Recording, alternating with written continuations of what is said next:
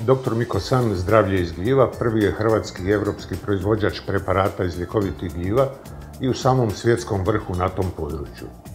Metodama moderne znanosti razvili smo i po vlastitim recepturama proizvodimo 12 standardnih preparata.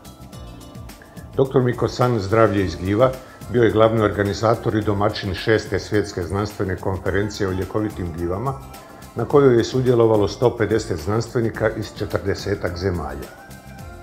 Oni su prezentirali preko 120 najnovijih znanstvenih istraživanja, učinaka ljekovitih gljiva protiv raka i virusa, protiv bakterija i gljivica, za zdravije žile, srce, mozak, protiv neurodegenerativnih bolesti, na jačanje imuniteta, brže zacjeljivanje rana.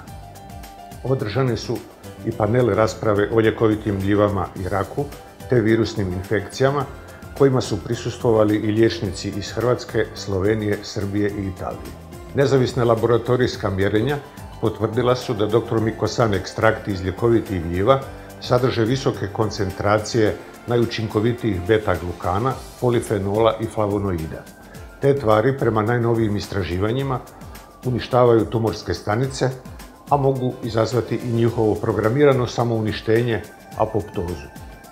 Istraživanje na stanicama mikrocelularnog i adenokarcinoma pluća te astrocitoma na mozgu utvrdilo je da naši ekstrakti iz ljekovitih gljiva oštećuju membrane i energetske centre tumorskih stanica.